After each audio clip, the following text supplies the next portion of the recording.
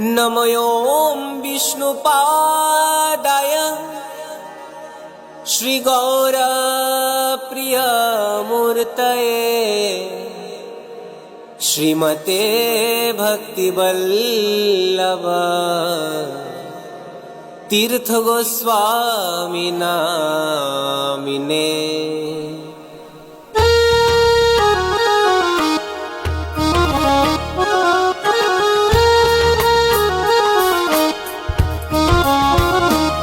अशमाहिनी वाशहि पाठरसे धनधात्री शिरोमणि पुत्र शुभम्। अशमाहिनी वाशहि पाठरसे धनधात्री शिरोमणि पुत्र शुभम्।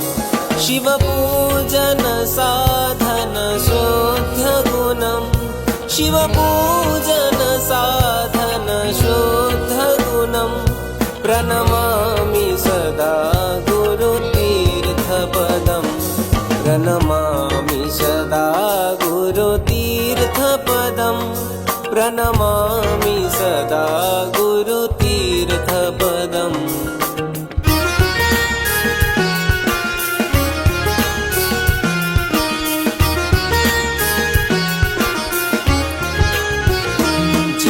कोमलचम्पक गौरतनुं मृदुहासमुखोज्जलतुष्टहृदम्।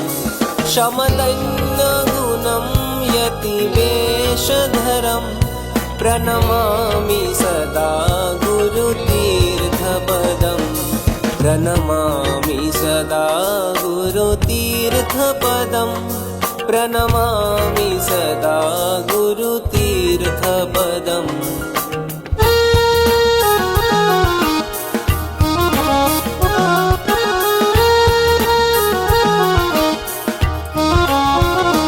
रघुमाधवदेवकशिष्यवरम् गुरुगोष्ठीशमादरदाशपरम्।